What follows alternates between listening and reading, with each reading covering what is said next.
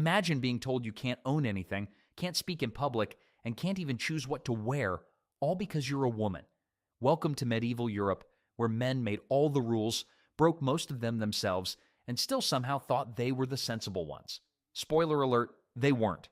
Speaking of these power-hungry medieval men, medieval Europe wasn't just a boys' club, it was the original no girls allowed treehouse, except the treehouse was every castle, church, and position of power across an entire continent.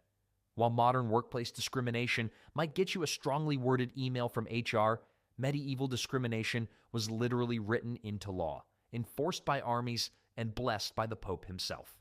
Let's talk about kings first. These guys wore fancy crowns, sat on thrones made of actual swords, and had absolute power over everyone's lives.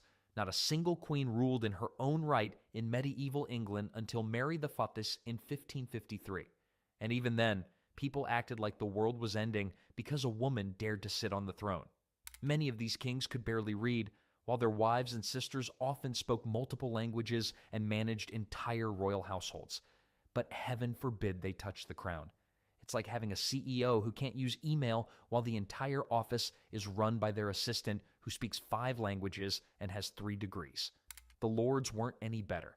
These were basically medieval landlords, except instead of refusing to fix your leaky faucet, they controlled entire regions and could decide whether peasants lived or died. A fascinating stat. Records from the 13th century show that male nobles inherited property 98% of the time, even when they had older, smarter sisters. Imagine being passed over for a promotion because your younger brother knows how to burp the alphabet. That's basically what medieval noblewomen dealt with. And these lords weren't exactly picking up the slack. Many spent most of their time hunting, feasting, or starting petty wars while their wives secretly kept everything from falling apart. Knights, those supposedly chivalrous defenders of honor, were another piece of work. Sure, they wrote poetry about women's beauty and fought in tournaments wearing their ladies' favors, but it was all for show. In medieval tournaments, knights would often wear a piece of their ladies' clothing as a good luck charm, usually a sleeve or a veil. Nothing says true love like wearing your girlfriend's sleeve while trying to knock other guys off horses with a pointy stick. And let's not forget these same romantic knights had no problem enforcing laws that treated women like property. The real disappointment was the political system. Not a single woman could vote, though. To be fair, most men couldn't either, but women couldn't even attend town meetings in many places. There's this hilarious record from a French town in 1267 where a woman tried to speak at a public gathering, and the local officials were so scandalized they spent 3 days debating whether to exile her or just fine her family. They eventually decided on the fine because, get this, they worried exile would give her too much freedom to travel. Imagine being so threatened by a woman's opinion that you need a 3-day conference to decide how to punish her for having one. Speaking of travel, noblewomen were basically under house arrest. They could only leave their homes with permission from their male guardians and usually needed an escort. One clever noblewoman in the 14th century Yorkshire got around this by convincing her husband she needed to go on frequent pilgrimages. She actually used these religious journeys to manage her own secret trading business. When her husband finally caught on, he was so impressed by how much money she'd made that he pretended not to notice. Sometimes the best man for the job was definitely a woman. The church was especially good at keeping women down while pretending it was for their own good. Priests would preach about women's delicate nature and need for protection, while simultaneously claiming they were temptresses who could corrupt men's souls. Talk about mixed messages.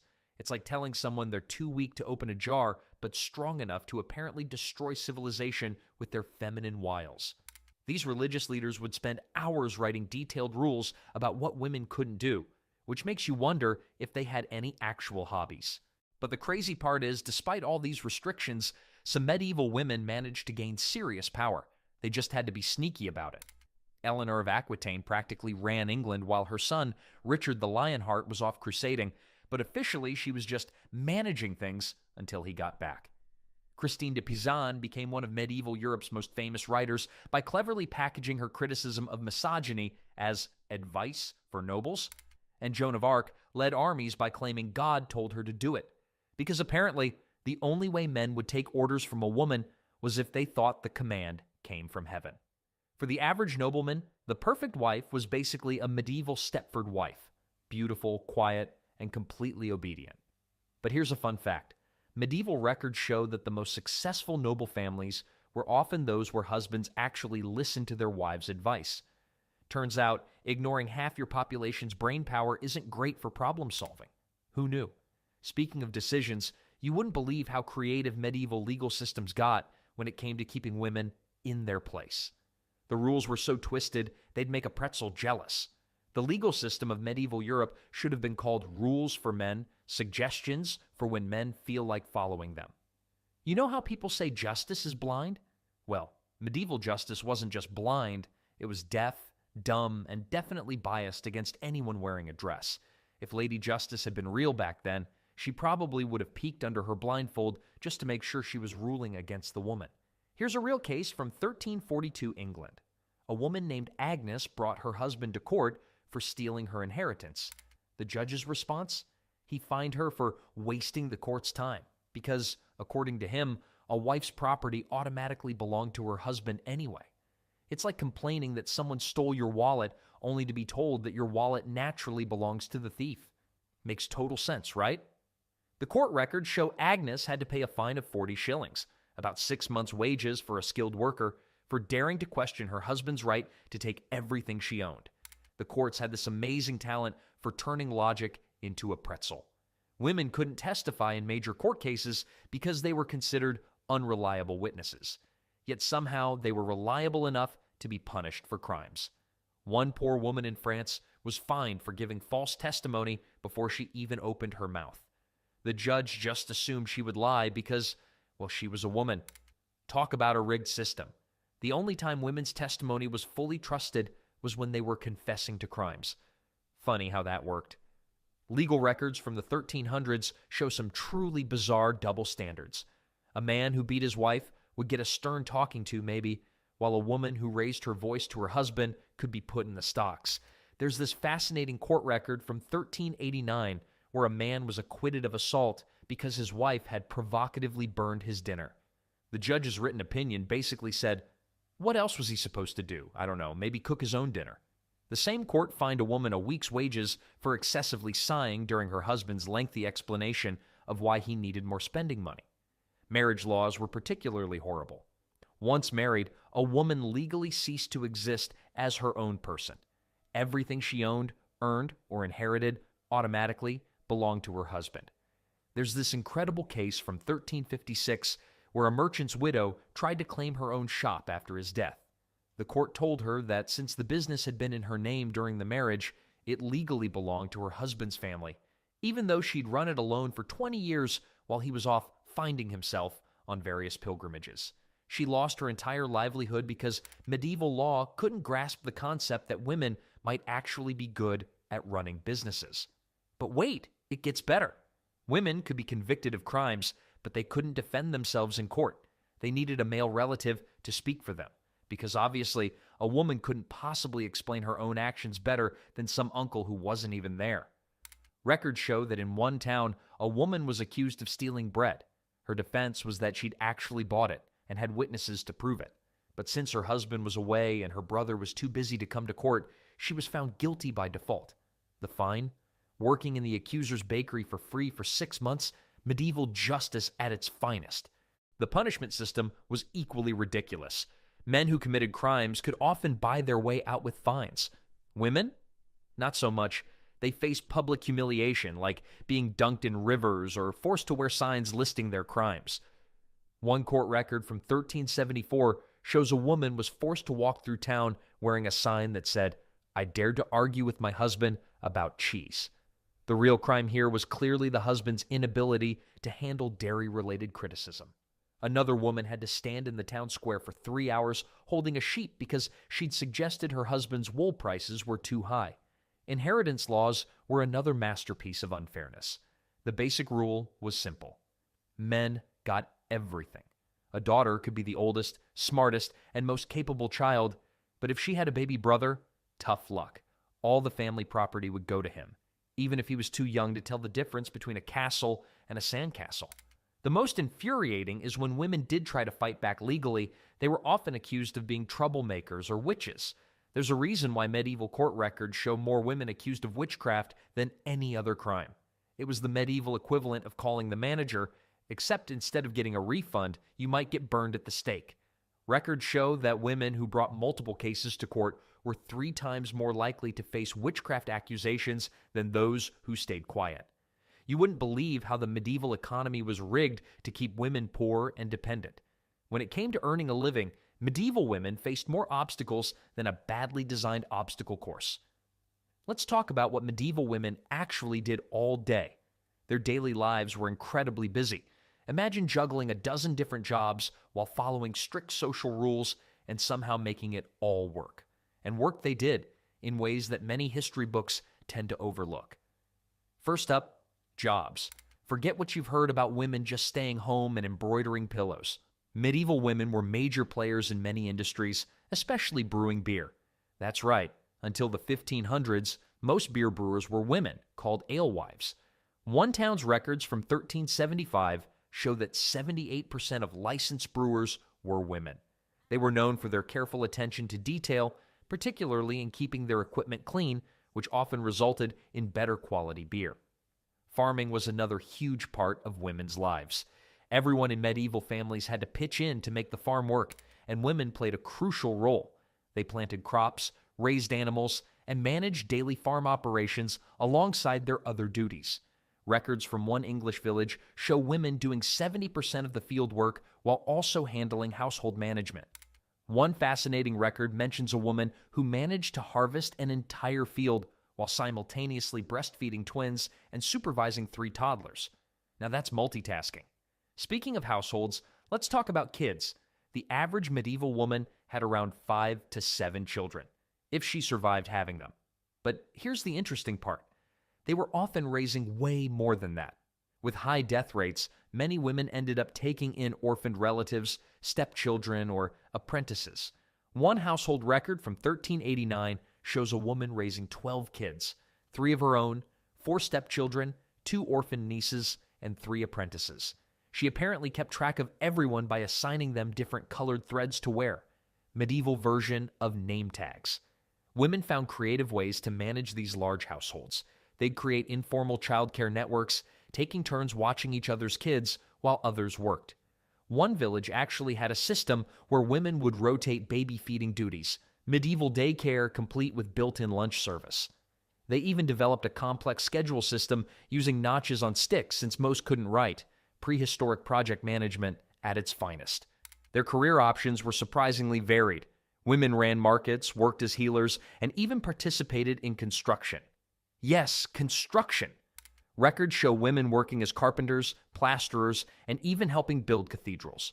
One woman in York became so renowned for her stonework that she trained several apprentices, both male and female, in her techniques. The textile industry was another area where women excelled. Spinning, weaving, and making clothes were serious business ventures, not just household chores. A skilled spinner could earn enough to support her family, and many women became successful cloth merchants. The intricacy of the work required patience and skill, and many women passed these specialized techniques down through generations. Perhaps the most impressive aspect was how women created their own economic networks. They'd trade services, share resources, and help each other out in ways that often didn't involve money at all. Need childcare? Trade some eggs. Want someone to teach your daughter to read? Exchange some wool. One record mentions a woman paying for her son's education by teaching the teacher's wife how to make cheese. These informal economies helped communities thrive and showed impressive business savvy. Here's a fascinating statistic. In one French town, records show that women were involved in over 200 different types of work. They were bakers, butchers, candle makers, rope makers, and more. While they often had to work within the social constraints of their time, they found ways to pursue various careers and contribute to their community's economic life. Life certainly wasn't easy. Between managing households, raising children, and handling various jobs, medieval women had their hands full. But they created strong support networks and developed efficient systems to get everything done. Church gatherings, for instance, became opportunities to exchange news, share tips, and arrange trades, combining social, spiritual, and practical needs in one setting. The day-to-day reality for medieval women was complex. While they faced many restrictions, they also found ways to be productive members of society and often gained respect in their communities through their skills and hard work. Records show numerous cases of women being praised for their business acumen, healing abilities, or craft skills. Medieval women developed a remarkable set of skills out of necessity. Many could brew beer, deliver babies, manage farms, run businesses, and raise large families, sometimes all at once. They were experts at finding practical solutions to daily challenges and making the most of their opportunities. And that's really what defined medieval women's lives: practicality, resourcefulness, and the ability to make things work despite challenges. For every illuminated manuscript showing a woman in quiet contemplation, there were countless others out there actively participating in medieval economic and social life, finding ways to thrive within the structure of their society. These women weren't just surviving, they were often the backbone of medieval communities, contributing their skills, knowledge, and labor to keep society running smoothly. But the economy wasn't really in their favor. The economy was like a rigged game of Monopoly where women weren't even allowed to roll the dice. Want to start a business? Sorry, you need a man's permission. Want to keep your earnings? Nope, that belongs to your husband now. Want to inherit property? Better hope you've got a time machine to take you to the 21st century. The whole system was designed to keep women's purses as empty as a medieval lord's promises. Let's break down the numbers, because they're wild. Records from a 1378 English town show that women were paid exactly half what men earned for identical work. Half. And this wasn't some unwritten rule. It was actually written into guild regulations. One document literally states, "A woman's work, being naturally inferior, shall be compensated at half the rate of a man's." The only exception, if the woman could prove she was better at the job than any available man. The catch? She had to prove it to a panel of men who'd lose money if they admitted she was better. Talk about a conflict of interest. It's like asking turkeys to vote for Thanksgiving. The tax system was another masterpiece of medieval unfairness. Women-owned businesses were taxed at higher rates because, get this, they were considered unusual and therefore suspicious. A female baker in York had to pay 3 times the tax of her male competitor, even though her bread won every local competition. Her response? She started selling her bread through her 10-year-old son. Suddenly, the tax dropped to normal rates because apparently a child was more trustworthy than a skilled adult woman. The tax records actually list her business as John's Bread, even though little John could barely reach the oven. Guild regulations were particularly creative in keeping women down. Most guilds flat out banned women from joining. The few that allowed them had special female member rules. The Weavers' Guild of Paris required women to prove they could weave blindfolded while reciting the Lord's Prayer backward, a test they definitely didn't make men take. One clever woman actually managed it, so they added, "while standing on one foot," to the requirements. Another guild required women to prove they had no living male relatives within 100 miles who could do the job instead. Medieval workplace discrimination was nothing if not thorough. The property game was even worse. Women technically could own land, but good luck keeping it. Records from 1365 show a woman inherited a farm from her aunt, only to have the local lord declare it improper for a woman to own so much land. His solution? He'd help manage it for her. And by help, he meant take all the profits while leaving her with all the work. It's like having a business partner who takes your money but makes you do their taxes. She ended up having to marry her farmhand just to keep a small portion of her own property. Banking was another joy. Women couldn't take out loans without a male guarantor, but they were fully responsible for their husband's debts. One poor woman in 1392 had to pay off her husband's gambling debts by selling her prized cow collection. Yes, medieval people collected cows. They were like the Beanie Babies of their time. When she finally paid everything off, her husband celebrated by taking out another loan. The court records show she eventually solved this problem by telling every moneylender in town that her husband was actually her mentally confused uncle. Medieval problems require medieval solutions. The workplace itself was a maze of restrictions. Women couldn't work after sunset because it was improper. They couldn't work too close to men because it was distracting. They couldn't earn too much because it would upset the natural order. One successful female merchant in Florence had to pretend all her business decisions came from her cat, because apparently a cat was more credible than a woman. The best part? The cat signed documents with its paw print and nobody questioned it.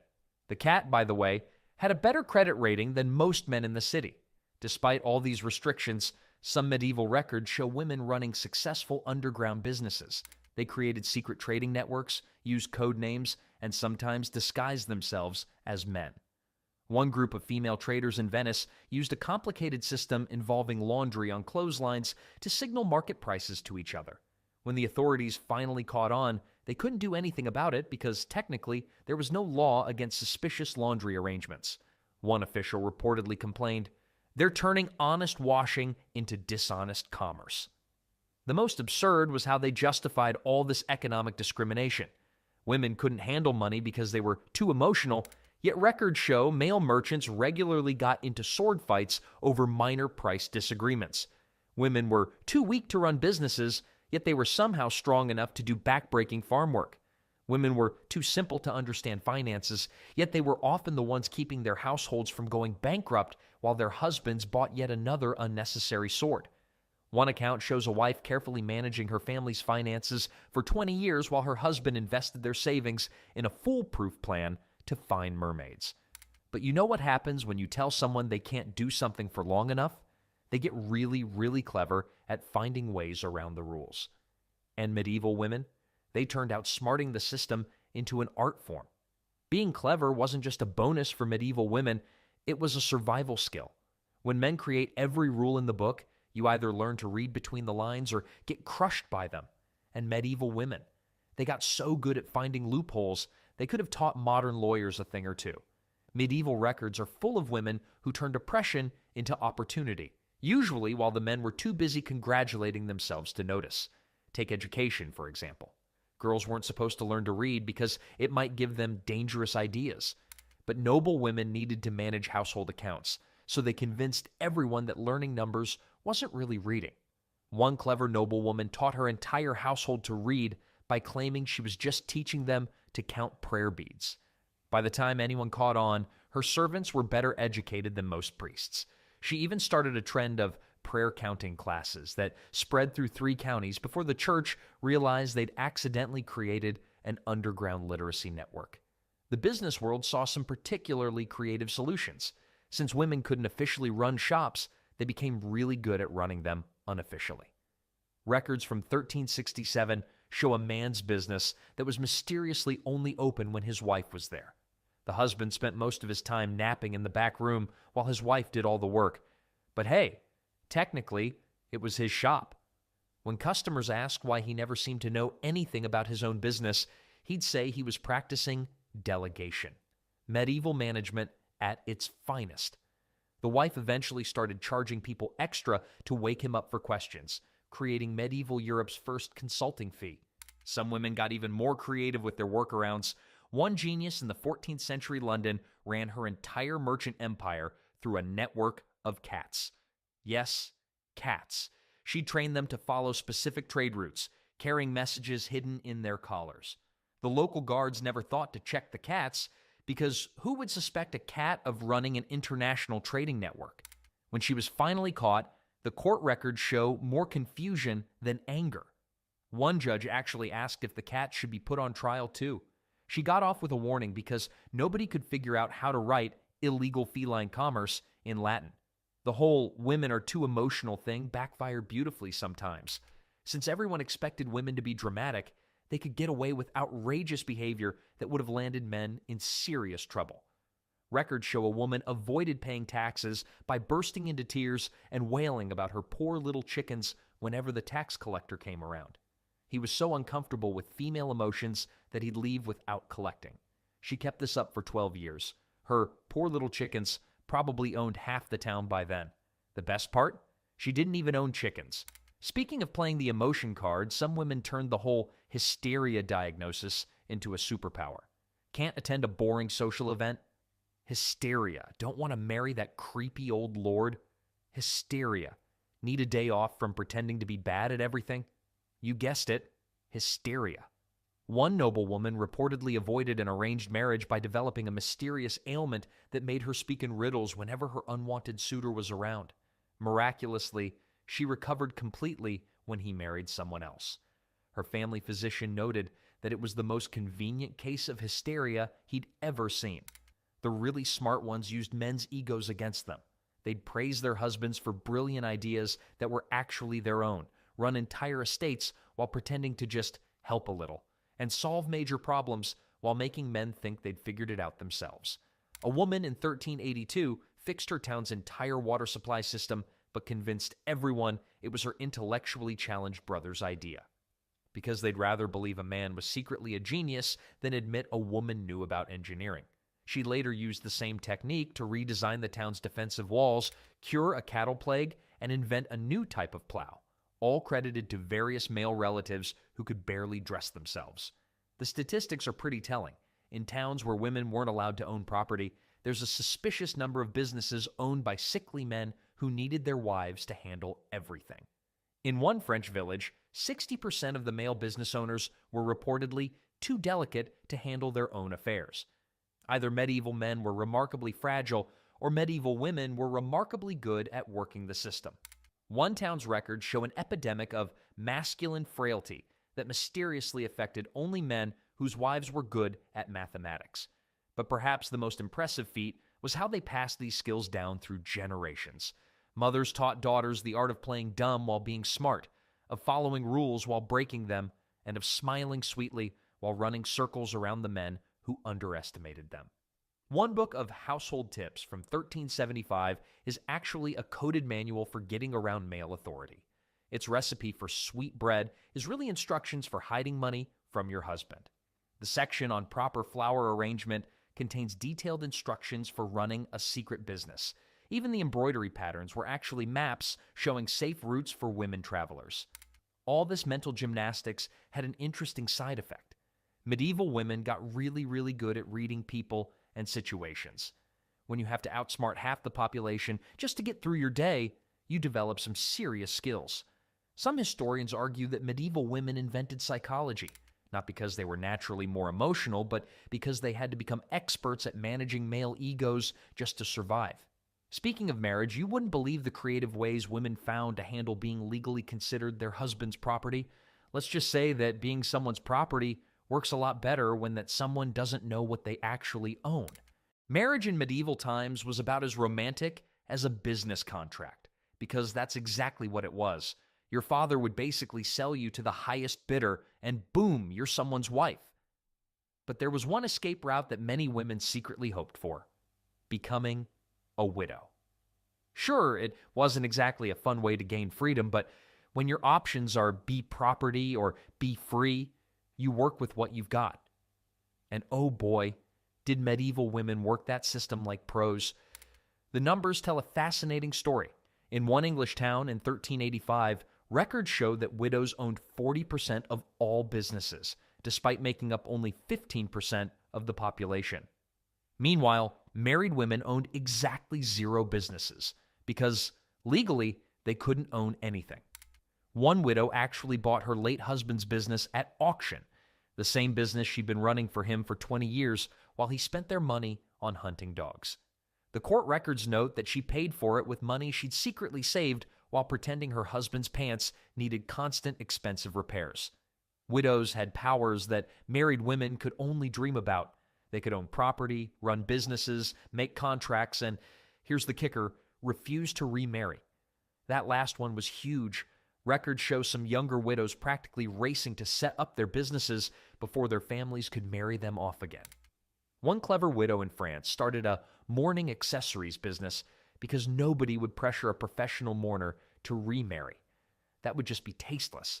She became so successful that other widows started copying her idea, creating what historians call the medieval widow fashion industry. The freedom was so desirable that some women got creative about achieving widow status. There's this fantastic court record from 1392 where a woman convinced her elderly husband to become a monk. He got to spend his final years in peaceful prayer. She got her independence, and everyone pretended it was all very holy and not at all a clever divorce scheme. Medieval problems require medieval solutions. Another woman convinced her husband that managing their business was damaging his masculine dignity, so he nobly handed her all control and spent his days writing poetry about how busy he was. But here's where it gets really interesting.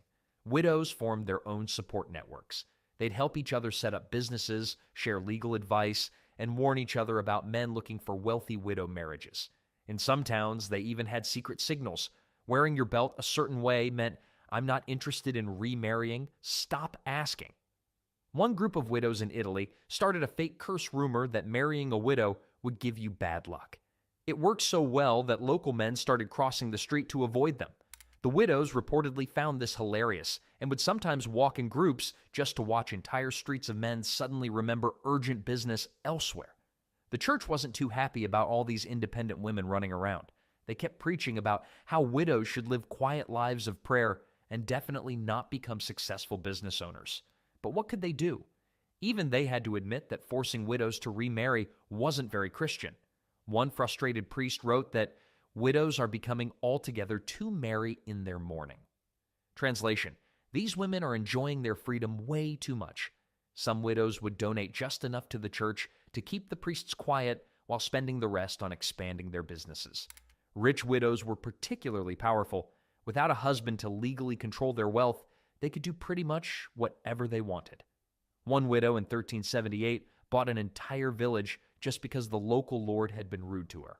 Another funded a cathedral construction, but insisted that all the angel statues be female. The church couldn't exactly refuse. Money was money, even if it came from a suspiciously independent woman. She even had them add a small carved cat in the corner that looked suspiciously like her late husband's least favorite pet. Some widows got so good at the independence game that they started teaching other women their tricks. They'd hire married women to work in their shops, giving them a taste of economic freedom. They'd coincidentally need help managing their accounts just when a neighbor's daughter showed interest in learning math. One widow ran what was officially a grief counseling group, but was actually a business strategy meeting for other women looking to gain independence. The local authorities finally caught on when they noticed that the grieving women were all leaving with suspicious amounts of business knowledge and accounting skills. Men kept trying to create laws to control widows, but it never quite worked. Make a law saying widows can't own taverns? They'd open dining rooms instead. Ban them from money lending? They'd create elaborate gift exchange systems. One widow responded to a law against women owning ships by registering her fleet in her dead husband's name. Because technically, the law didn't say anything about zombie ship owners. She even kept a portrait of him in her office, which she'd consult loudly about business decisions whenever officials visited. For many women, seeing their mothers or aunts transform from obedient wives into independent widows was their first glimpse of what freedom looked like. Young girls would secretly hope to marry someone old, while their parents thought they were being admirably self-sacrificing. Medieval marriage strategies could get pretty dark. There are actual records of girls praying for a kind husband who wouldn't live too long. Of course, not every widow had it great, but compared to being married, widowhood was often the medieval equivalent of winning the lottery. Unless, that is, someone decided you'd gained a bit too much independence and started whispering that word that struck fear into every medieval woman's heart. Calling someone a witch in medieval times wasn't like calling someone a witch today. It wasn't a joke about someone being cranky or having a black cat. Nope. It was basically the medieval version of delete her whole life. And guess what? The people most likely to be called witches were women who didn't fit into neat little boxes of what men thought they should be. The accusation was such a powerful weapon that just whispering the word witch could destroy a woman's entire life faster than you can say medieval justice. The statistics are mind-blowing. In one German town in 1387, every single woman accused of witchcraft had either refused marriage, inherited property, or knew how to read. Suspicious much, the town records showed that the local judge actually wrote, "The more independent the woman, the more likely she deals with the devil." Because obviously the only way a woman could support herself was through satanic book clubs.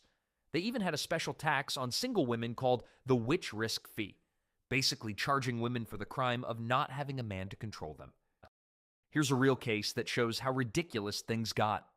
A woman named Martha in 1391 was accused of witchcraft because her cows produced more milk than her neighbor's cows. The evidence against her? She talked to her cows kindly instead of hitting them, and she kept their barn clean. Revolutionary stuff, right? The court seriously argued that no woman could be that good at farming without demonic help. Martha's defense was amazing. She pointed out that if the devil was helping her, he was doing a terrible job since she still had to wake up at dawn to milk the cows herself. She also asked why Satan, with all his supposed powers, couldn't at least invent a better milking stool. The whole witch thing was really just a catch-all term for woman we don't like.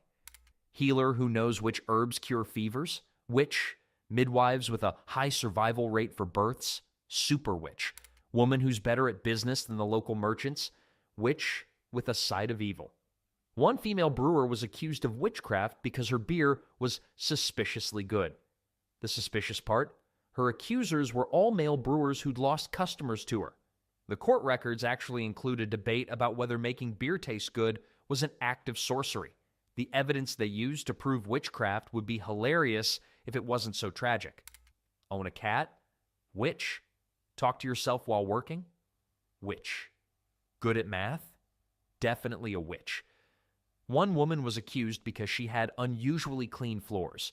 Apparently, proper housekeeping was satanic. The judge's official ruling stated that no honest woman has time for such excessive cleanliness. Medieval men really said anything to avoid doing chores. Another woman was accused because she didn't get sick during a plague. Obviously, her good health was a sign of dark powers rather than basic hygiene. The witch hunters had some creative theories about how to spot a witch. They claimed witches couldn't cry, and had secret marks on their bodies, also known as birthmarks or freckles. One expert wrote that witches could be identified by their tendency to help others without asking for payment, because obviously only someone in league with the devil would be genuinely kind. He also claimed witches couldn't say the Lord's Prayer backward while hopping on one foot, which, let's be honest, is a challenge for anyone. Once accused, women faced a classic heads I win, tails you lose situation. Deny being a witch? That's exactly what a witch would do. Confess to being a witch? Well, there's your proof. Fight back against your accusers? Witchy behavior? Accept your fate quietly? Suspicious lack of protest? Must be a witch. One woman was accused of using witchcraft to make her husband love her because he defended her in court. The judge actually said, "No man would naturally support his wife without demonic influence."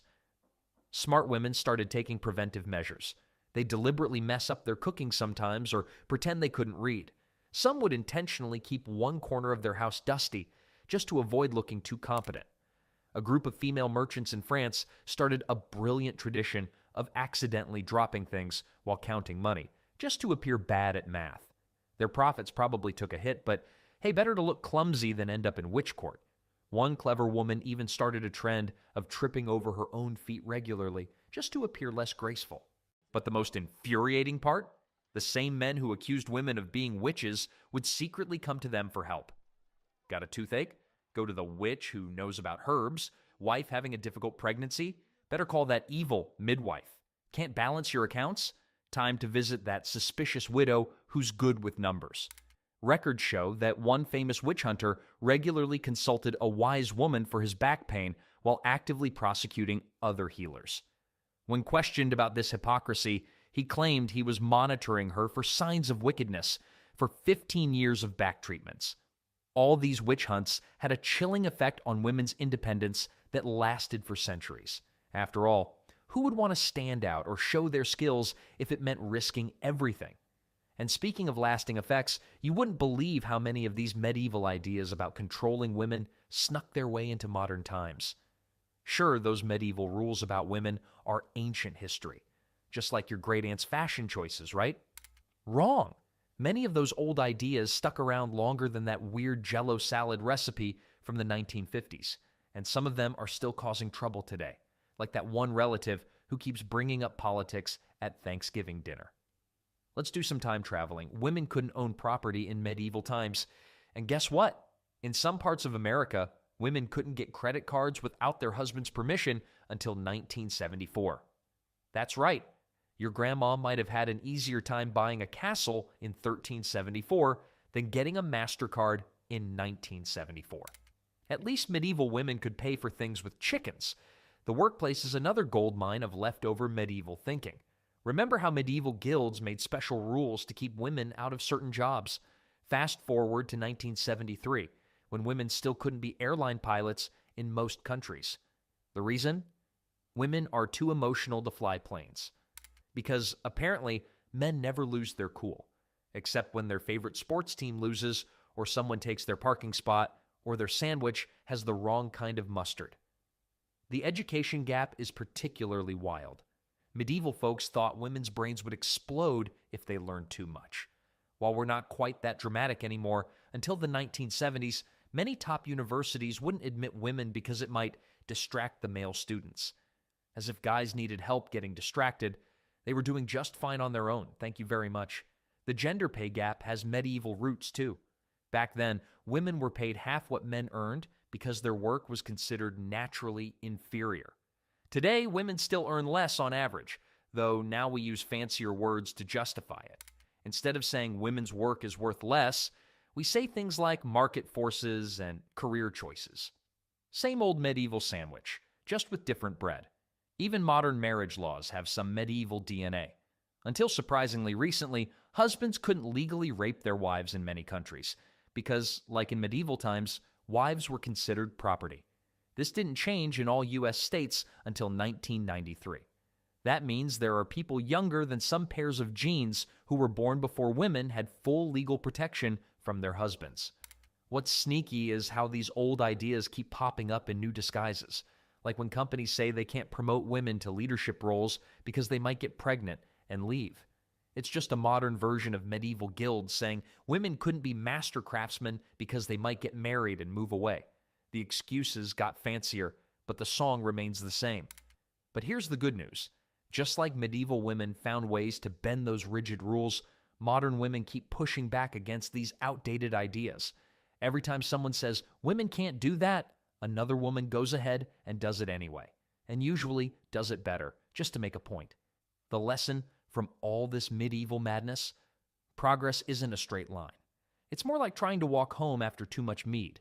2 steps forward, 1 step back, occasional falling into a ditch, but eventually getting where you need to go. So the next time someone says, that's just the way things are, remember, they probably said the same thing in 1386. And those medieval women would probably look at us now and say, not bad, but you've still got work to do.